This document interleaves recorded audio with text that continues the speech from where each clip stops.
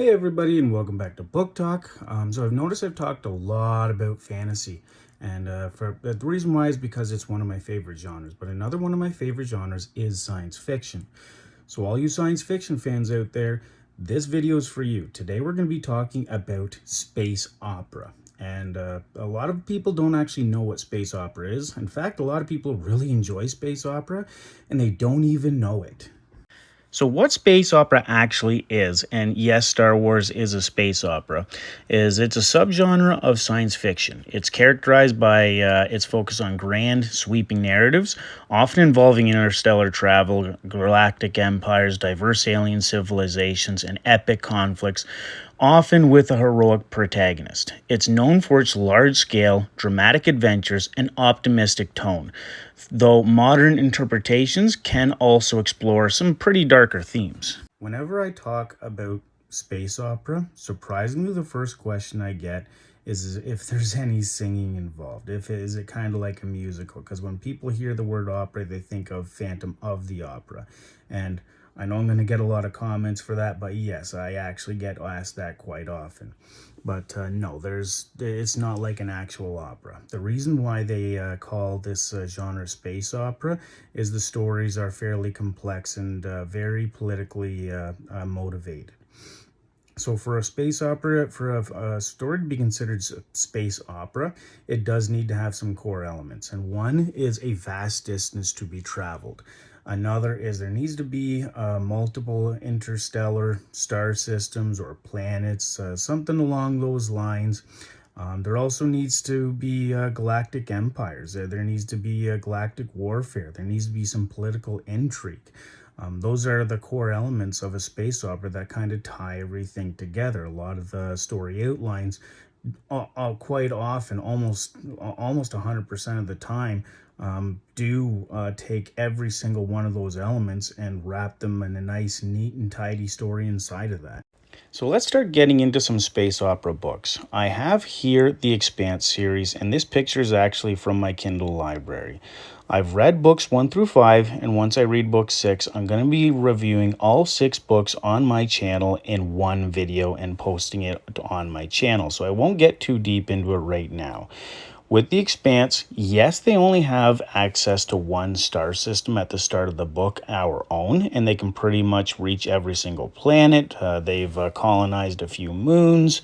They have the Belter system that lives out in the asteroid belt, and if they actually step foot on Earth, the gravity crushes and kills them. Which is extremely creative. But throughout the books, probably around book, if I'm remembering correctly, I have to take a look at my notes because I wrote down some notes as I've been reading. But if I can remember correctly, around book 2 or 3, they actually, I think it's at the end of book 2, they actually get access to more star systems throughout an event. I'm not going to say what the event is because I don't want to spoil it. But and it's also very highly politically motivated. There is the woman starts as an antagonist and goes towards more of a protagonist role, and I'm sure everybody knows who I'm talking about. The character is a very much of a badass. I absolutely love the character. Embodies a strong, independent woman, but she ends up helping the main protagonist in a very politically motivated way. This is another space opera book. It's actually a series. It's called the Wayfarer series, and it's written by Becky Chambers. The first book is this one, The Long Way to a Small Angry Planet. Basically, what the synopsis is on this one is fleeing her old life, Rosemary Harper joins the multi-species crew of the Wayfarer. And she joins as a filing clerk, and she follows them throughout their various missions throughout the galaxy. So the novel concerns itself with character development rather than adventure. But it's still a very excitable series, and I'll probably end up posting a review about it on my channel. I read it a while ago, so I got to look back on my notes before going through an actual review. But I will be reviewing this book. I've read books 1 to 2, and I'll read book 3 and then post a review about it, reviewing all 3 books. But the reason why this is a space opera is the politics aren't necessarily surrounding the actual story as much as it reflects the problems we deal with. It basically reflects racism, classism, and xenophobia, and so on, and they're transferred brilliantly to this fictional future. And truly, this book is about being humane, about friendship, and about second chances, and never giving up. So now that we've went over some mainstream space opera books, I'm going to actually show you a very popular indie series. I haven't read it myself yet, but I've heard some great things about this book. And if you actually look into the reviews, there's over 100,000 reviews, which is excellent for a indie book. And it's kind of proof out there for people that are writing books that yes, you can be extremely popular and extremely successful as an indie author. Is We Are Legion or We Are Bob series. And just going to go over that with you right now. So this book series is called the Bobiverse, and again, I haven't actually read it, but basically what I'm gathering from this book series is the Bobiverse is basically a space opera that is set around a character called Robert Johansson, and the reason why they call him Bob is Rob is short for Bob. And he becomes financially independent by selling his software company. And when he sells the software company and grabs himself some money, he spends some of that money by contracting Cryo Eterna Inc.